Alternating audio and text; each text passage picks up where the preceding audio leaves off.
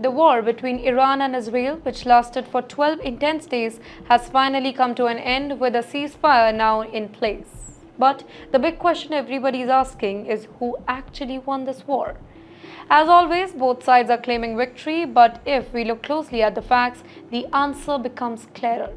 This war started suddenly on June 13 when Israel launched powerful airstrikes on Iran's nuclear facilities, military bases, and even targeted key scientists and military leaders. For nearly 2 weeks, the fighting kept getting bigger, including the US joining in with its powerful B-2 bombers and even Iran firing missiles at places like Qatar. Iran suffered heavy damage. More than 610 civilians were killed and over 4,700 were injured, and this is according to Iran's own government. On the top of that, Israel, with help of the United States, managed to hit Iran's important nuclear facilities, Fordo, Natanz, and Isfahan.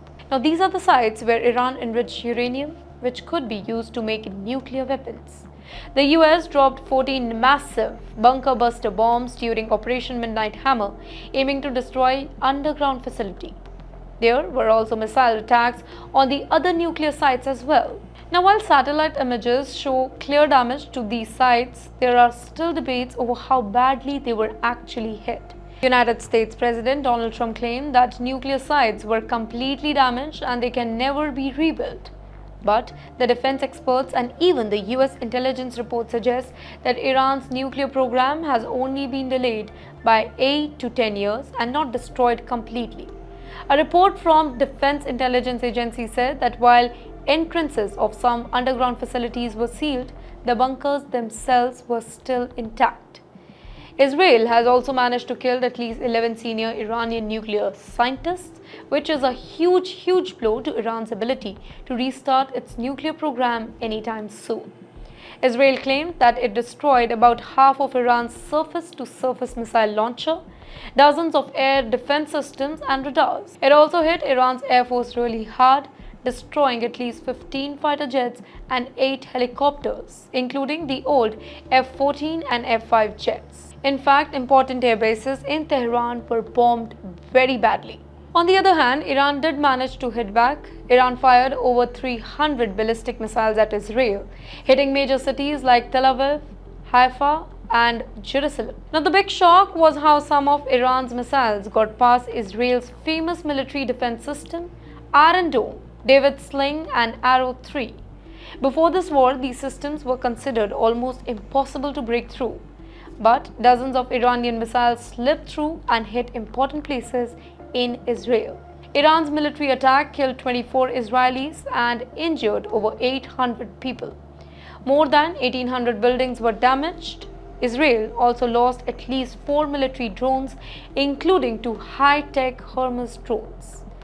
Now, if we step back and look at the bigger picture, then the truth is clear. Iran suffered a lot more damage. Its nuclear program was set back, its air force was badly damaged, many of its top scientists and their experts were killed by Israel. Iran's air defense and missile systems were heavily damaged. On the other hand, the damage to Israel was serious, but it was smaller in comparison. Now, when it comes to military goals, then Israel achieved almost everything that it wanted. Israel successfully delayed Iran's nuclear program, weakened its military power, and sent a very strong message that it can strike anywhere inside Iran. However, Israel did not achieve a regime change in Iran, a goal that some believe was secretly hoped by Israeli leadership. Interestingly, this whole situation is very similar to what happened during the India-Pakistan conflict in May. India launched airstrikes on 9 terror camps inside Pakistan and later struck 11 Pakistani air bases. Satellite images showed serious impact on Pakistan military bases.